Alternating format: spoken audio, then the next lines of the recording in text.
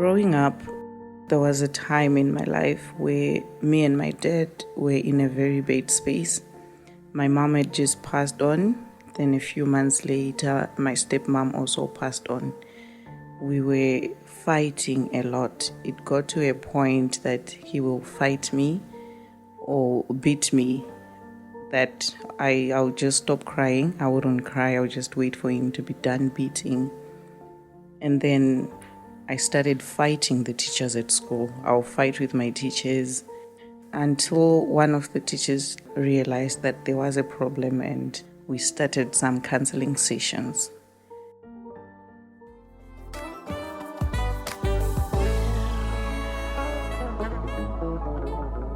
Hello everyone, and welcome to another episode on our podcast. The name is Pinky, and as always, I don't walk alone. Hi Nick. Hi Pinky, how are you? I'm good. Today we're talking about broken families. Broken family equals to broken hearts, and broken hearts equals to a broken nation. And a broken nation breeds a broken generation. Definitely so. As I started in my intro, my relationship with my dad was a bit broken in my high school days, because I feel he was dealing with a lot and I was dealing with a lot, and then there was no communication. It was that time that he's the parent, so he knows. And then I also felt like I also needed to be heard. So we were clashing and we were fighting. Looking back at it now, how do you identify a broken family? I think what identifies a broken family, it's not the physical separation between parents themselves and the kids, or between the kids and one parent. But what a broken family is at the end of the day, it's the times when you cannot emotionally connect. It also brings me to my own individual experience. Mm-hmm. I was raised in a very sane family environment where if I would lie to say I was deprived of anything, but it was such an intact family to the point that, people outside would be admiring. But only as I grew up and I became an adult, there were certain things that I started struggling with in my own individual space that actually pointed out to how broken my family could have been. I also had a parent. My mother, she passed away. And then the time when she passed away, I realized that there were certain parts of me that needed my father most than anything else. And because I wasn't able to get what I needed from my father, there was just a void. There was just this emotional empty space that was making the loudest noise. But I didn't know what was feeding that empty emotional space, because I thought because he's here physically, he provides for me, he's there when I need him to run around and all that, then that is enough. So you can see what I'm trying to emphasize, the fact that, a person can be there physically, but the child is actually feeling broken, or either of the parties is feeling broken at the end of the day. Yeah. So it then got me to realize, one day I was having a conversation with a friend, and they outlined something to me that I found very helpful and important, to say that, sometimes you are looking for you are emotionally needy, and you are looking for this emotional space from someone who is actually broken themselves. They don't know how to express your needs the way that you want your needs to be met. To be expressed. But they have a probably different way of expressing those needs. Probably they do it by, I buy you a chocolate if I want you to feel, validated. But maybe Nicole actually wants you to say, look, Nicole, I see you. I love you. Exactly. All right. So that's how we breed brokenness in people, unknowingly so. We're talking of divorces. We're talking of child abuse. Emotionally, it creates a void. There's a lot of dysfunction, and probably sometimes there's elements of abuse in it. Yes. There's elements of neglect. There's elements of struggles dealing with certain things like divorce, like you mentioned earlier. Let's go back to your experience with your parent. Yes, because I was about How to difficult say, was it to yeah. have to go through that process of surviving in a dysfunctional parent-child relationship? What brought the brokenness in my family was actually death. It was not separation, it was not abuse, it was death. You mentioned a very important aspect to say sometimes you would fight so hard that it leads to a point where you are physically fighting with your parent. You would find yourself sometimes even getting to points where you bleed out. For him, maybe it's reprimanding you in a way, but he was not addressing that emotionally broken part of yourself that actually needed attention at the end of the day. He was addressing you physically for things that had to do with your emotional experiences and your mental experiences. How did it affect you as a person?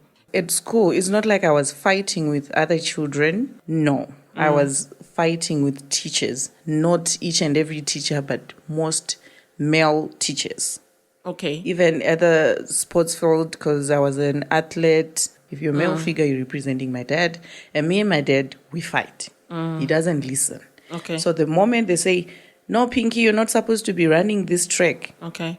it's a fight. So you would unconsciously get to a point where you're just defensive.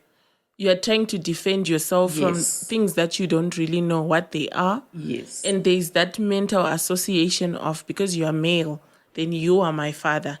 So we see that in kids mostly. Sometimes they just tend to practice their aggression towards teachers and, support people within the school environments. Yes. But it has nothing to do with what the teacher has done. Probably the teacher has done nothing wrong. Maybe there is a part of this child that's suffering broken. from that dysfunction of neglect, abuse, and whatnot. Truth of the matter is, in each and every circle of our friends, or there is someone who's coming from a broken family, or who is dealing with a broken family.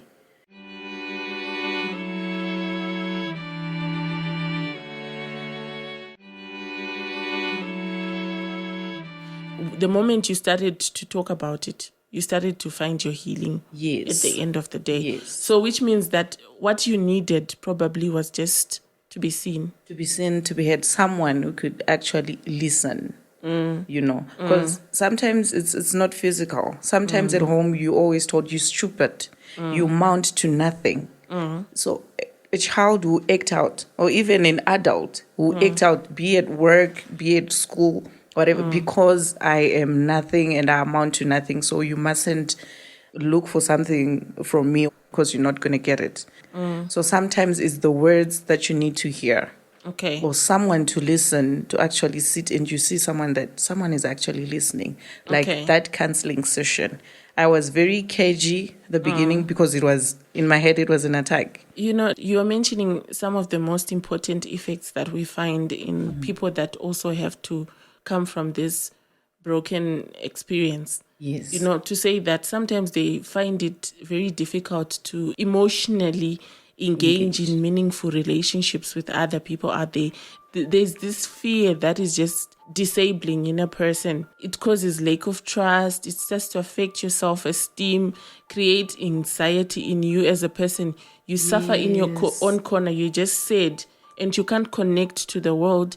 You don't understand your purpose and your meaning because you have these struggles that are going on internally that people cannot identify by seeing you wearing, makeup outside or seeing you dressed better outside.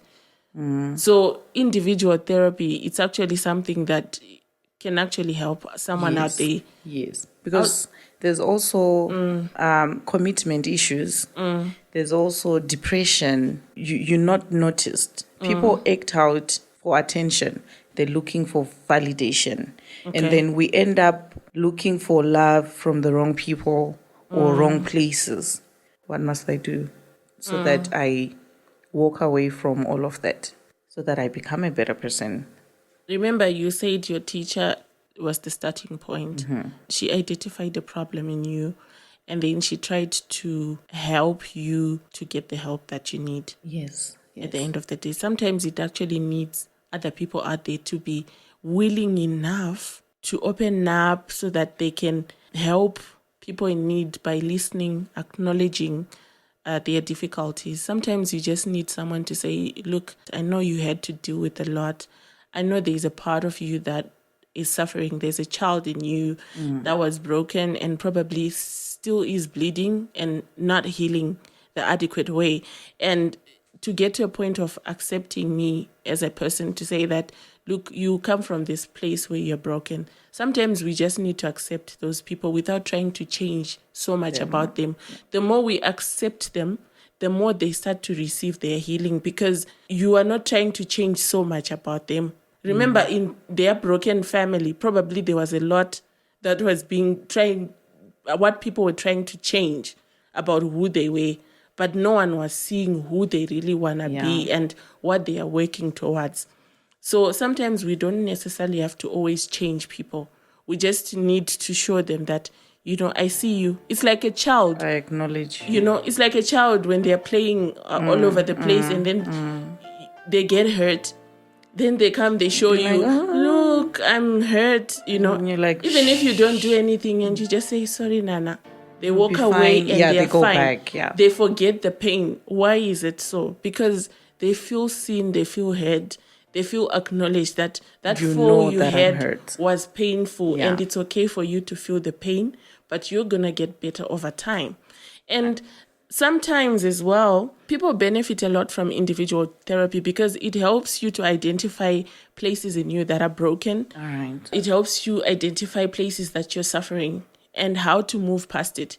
Whether you decide you want to stay in that brokenness or whether you decide, I want to accept what is happening. I can't change much about the experiences that I've had to go through. Yeah. And I just have to be and exist in them.